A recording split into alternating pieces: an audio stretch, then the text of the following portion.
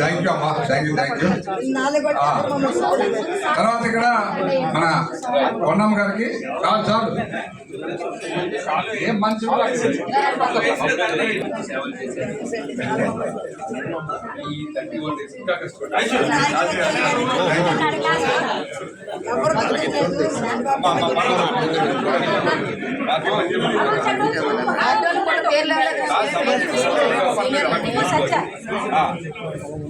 అదే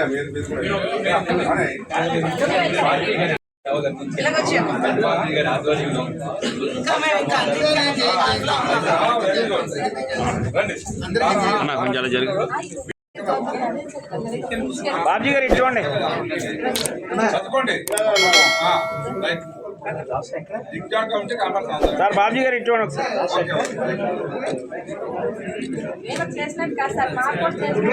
మేడం గారు మీరు మాట్లాడతారు 2 నిమిషాలు. తెలుగుదేశం పార్టీ నాయకత్వం, తెలుగుదేశం పార్టీ నాయకత్వం.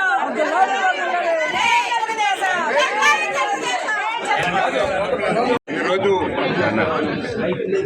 తెలుగు సంవత్సరం ఉగాది సందర్భంగా మరి ఈ ఉగాది సంవత్సరాన్ని క్రోధీనామ సంవత్సరం అని చెప్పి నామకరణం చేయడం జరిగింది. ఈ సందర్భంగా మరి విశాఖ ప్రజలు కానీ రాష్ట్ర ప్రజలు కానీ ముఖ్యంగా మా సౌత్ ప్రజలు కానీ ఈ సంవత్సరంలో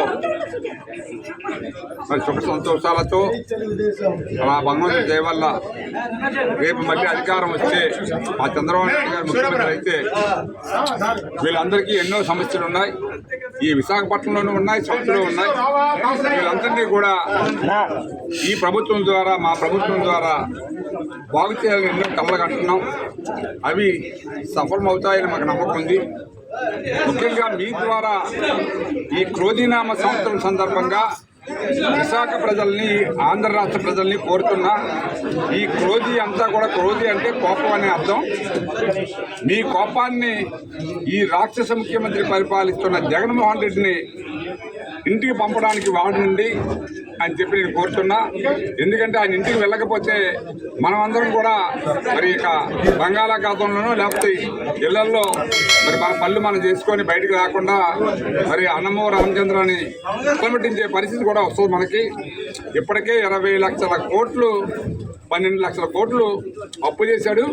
ఇప్పుడు మళ్ళీ గవర్నమెంట్ వచ్చి ఇంకో 10 లక్షల కోట్లు, అంటే 20 లక్షల కోట్లు. మరి రాష్ట్రం వాల్యూ అంతా కూడా మొత్తం పోయినట్టే. ఎవడు కూడా మనకు అప్పు ఇవ్వడు, తిండి కూడా దొరకదు, గింజలు కూడా ఉండవు. రేపు కేంద్ర ప్రభుత్వం ఏదైనా సాయం చేస్తే ఒక బియ్యపు గింజ దొరికే అవకాశం ఉంది పేదవాళ్ళకి. ఇప్పటికే ఈ సంవత్సరం కానీ గత సంవత్సరం కానీ కరోనా వచ్చిన దగ్గర నుంచి కూడా కేంద్ర ప్రభుత్వం యొక్క బియ్యం మాత్రమే పంచుతున్నారు.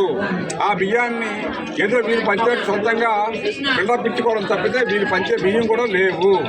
అందువల్ల ఈ సందర్భంగా కోరుతున్నా, అన్ని వర్గాల ప్రజలు కూడా నానా బాధలు పడుతూ ఉన్నారు. ఈ బాధలు అన్నీ పోవాలంటే రేపు జరిగే ఎన్నికల్లో తప్పనిసరిగా ఇటువంటి మూర్ఖుడిని ఇంటికి పంపించే ఏర్పాటు చేయాలని విశాఖ ప్రజలు కోరుతున్నా. ఎందుకంటే మద్యం ప్రియం, ఇసుక దొరకదు, నిరుద్యోగులకు పని లేదు, లేకపోతే రైతుకి గిట్టుబాటు ధర లేదు, పంట నష్టం, ఏ పంట వేసుకోవాలో తెలియదు, కార్మికులకు ఎక్కడ పనిచేద్దామన్నా ఇసుక సిమెంట్ కూడా అందుబాటులో లేదు. ఇక ఉద్యోగస్తుల పాటలైతే చెప్పలేనివి. వాళ్ళకి నెలనాడు జీతం లేక, ఇన్స్టాల్మెంట్ కట్టుకోలేక, పిల్లల ఫీజులు కట్టలేక నానా హింసలు పడుతుంటే ఈ రాష్ట్రంలో కనీసం ఆయనకి చేమకుట్టైనా లేదు.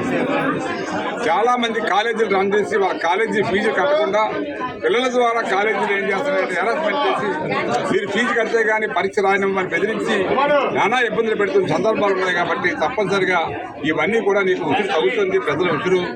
రేపు రాబోయే రోజుల్లో తప్పనిసరిగా ప్రజలందరూ కూడా ఆలోచించి మరి ఈ మూర్ఖుని ఇంటికి పంపించాలని చెప్పి మీ ద్వారా కోరుతున్నాం. విశాఖపట్నంలో సుమారుగా 25,000 కోట్ల రూపాయలు అప్పులు చేసి ఈ విశాఖపట్నంలో ఉన్నటువంటి ఆస్తులన్నీ